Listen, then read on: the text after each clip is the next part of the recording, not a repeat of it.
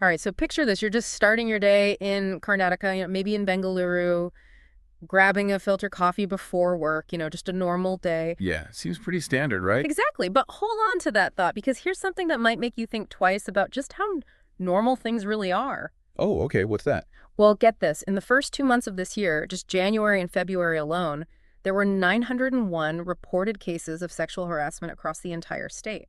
Wow, 901. That's It's a lot, right? And that's based on data straight from the State Crime Records Bureau. So it's not just anecdotal. We're talking an average of 15 cases every single day. 15 every single day. That's really unsettling when you put it like that. It is, and it really makes you start to wonder about safety in Karnataka, doesn't it? It does. And when you look deeper into these numbers, another statistic pops up that's really fascinating and also pretty concerning. Oh, really? What is that? Well, it has to do with how these incidents are being categorized. You see, Yeah. for those same 2 months, January and February, there were 78 reported cases of what they're calling eve teasing. Eve teasing, that term sounds like it's from another time almost. Exactly. It does feel a bit outdated, doesn't it? But that's the official term they're using. And that works out to about one reported case per day. Okay, one per day. And what's concerning about that number? Well, here's the thing. A lot of experts who work in this area believe that number is way off fire. They think the actual number of incidents that fall under that eve teasing category is likely much, much higher. So you're saying there's a huge underreporting problem. It seems very likely, and that raises a really important question. Why aren't more of these incidents being reported officially? Yeah. What's stopping people from coming forward? That's a great question. And to really put this into context, it helps to look back at the bigger picture, what was happening last year. Right, makes sense. So in all of 2024, there were a total of 6,319 reported cases of sexual harassment in Karnataka. 6,319, that's a significant number. It is. And here's the kicker. Out of all those thousands of reported cases, only 9 resulted in an actual conviction. Wow, 9. That's incredibly low, isn't it? It's shocking, isn't it? You have this huge wave of reported incidents and then just a tiny ripple of actual legal It outcome. really makes you wonder about the effectiveness of the system, doesn't it? Like what's happening between that initial report Yeah. and actually seeing justice served. It's a huge gap, and it also makes you think about the impact on those who are considering reporting. If you've experienced something traumatic, knowing the chances of a conviction are so slim might make you think twice. It's a really valid point. Yeah. Why would you put yourself through that emotional turmoil and the scrutiny of the legal process if the odds of a meaningful outcome seem so stacked against you? Exactly. And to make matters worse, there's a massive backlog of cases, further highlighting just how overloaded the system is. Really, how many cases are we talking about? Well, in 2024, there were 3,908 cases still pending in court, another 1,734 still under investigation, and even 45 that were untraceable. Wow, that's a lot of unresolved cases just hanging in the balance. It paints a pretty grim picture. It does. And if you factor in those eve teasing cases, which saw 180 reports in 2024, you see this trend continuing into this year, but with a pretty substantial increase in those more serious harassment reports. So we're seeing a potential surge in these incidents, but maybe not necessarily in the reporting of them. That's exactly right. And to really understand what's going on, we need to hear from the people who are working directly with victims and analyzing these trends. And one person who offers a really powerful perspective is K.S. Vimala, a women's rights activist from Janawadi Mahila Sangatane. Oh, interesting. I've heard of that organization. They do some great work. They do, and Vinmala's view is that the official numbers we've been talking about, as bad as they are just the tip of the iceberg. She thinks we're only seeing a fraction of the actual problem. She believes there's even more happening that's not being captured in the official statistics. Precisely, and she's very vocal about the reasons behind this underreporting. She sees them as being deeply rooted in societal norms and attitudes. You mean like the stigma that surrounds these kinds of issues? Exactly that. And she talks about the very real fear of judgment that victims face, not just from their communities, but potentially from the very people they turn to for help. So even the authorities who are supposed to be there to support them. It's a sad reality, but that fear can be incredibly powerful.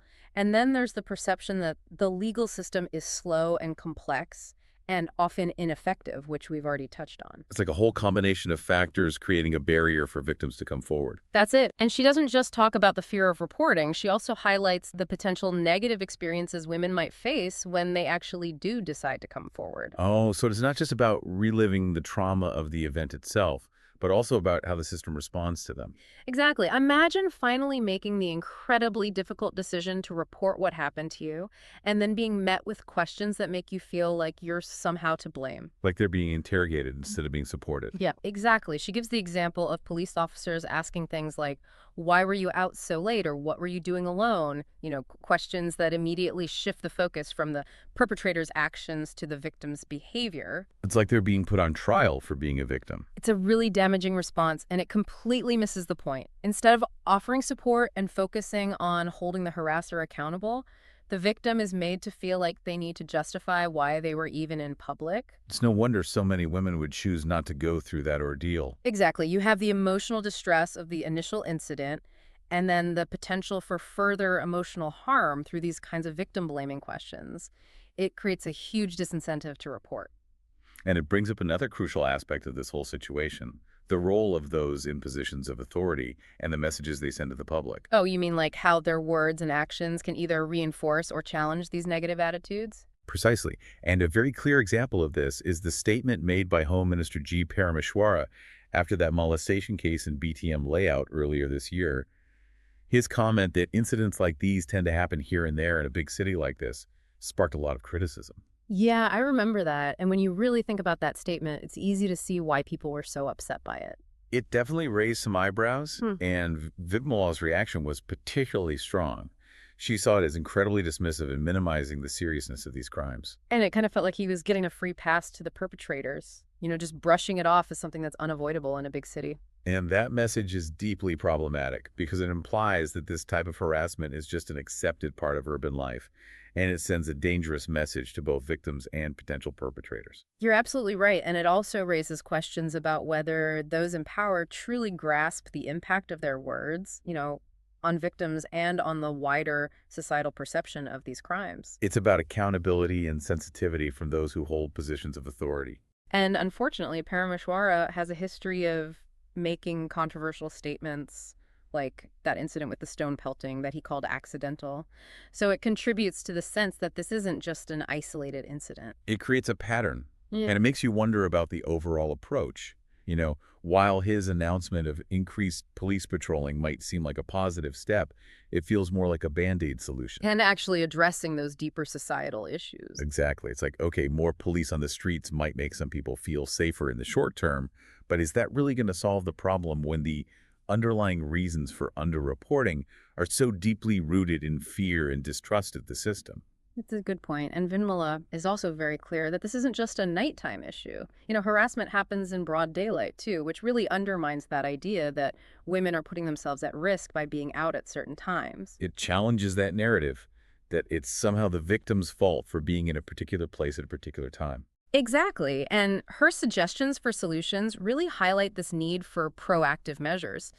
She talks about increased police presence, but also strategically placed CCTV cameras in areas that are known to be problematic. It's about creating a safer environment Mm. rather than just reacting after something has already happened. And those preventative measures are crucial because reacting after the fact doesn't do anything to address the fear and insecurity that many people, particularly women, experience on a daily basis. It's about addressing that feeling of vulnerability that can permeate so many aspects of daily life. And it brings us to the role of the State Women's Commission, which is supposed to be advocating for women's safety and rights. But they haven't been very effective. Well, Vinamala's assessment is pretty critical. She suggests that they aren't doing enough to raise public awareness or implement proactive safety initiatives. It's like a disconnect between their intended purpose and their actual impact. And that incredibly low conviction rate we discussed earlier, just 9 out of over 6,000 reported cases, that's a pretty clear indication that there are some fundamental problems within the system. It points to a need for some serious reform, and it also suggests that the Women's Commission might not be effectively tackling those root causes. And if you calculate the conviction rate, it's somewhere around 0.14%, which just emphasizes the enormity of the challenge. 0.14%, that's a startlingly low number. It is, and it's not just activists like Amala who are raising concerns about this. We also get a sense of these challenges from those working within the system itself. You mean like from law enforcement officials? Exactly. We spoke to a senior police officer who's working on a molestation case, and he confirmed that a huge number of incidents go unreported. And he must have some insights into why that might be happening. He does, and he highlighted the role of external evidence like CCTV footage and tips from the community in helping bring some cases to light, especially when victims don't feel able to come forward. So it emphasizes how important those external factors are in a climate where victims might be hesitant to report directly. Precisely. And it shows just how much of a hurdle that lack of reporting creates for law enforcement. It becomes a major obstacle to effectively addressing the problem. It's a vicious cycle in a way. The fear of reporting leads to fewer reports, which then makes it even harder to address the underlying issues. That's exactly right. So when we take a step back and look at all the pieces together, it paints a really complex and concerning picture. It's like a web of interconnected factors contributing to this safety crisis. You have a significant number of reported sexual harassment cases, and likely an even larger number that go unreported due to societal stigma and fear of the system. And then you add in the challenges within the legal system itself, the low conviction rates, the potentially insensitive responses from those in power, and a women's commission that some feel isn't doing enough. It all adds up to a very troubling situation. Right. And it's crucial to remember that behind all of these statistics are real people with real lives. It's easy to get lost in the numbers, but each one of those reported cases represents someone's personal safety being violated.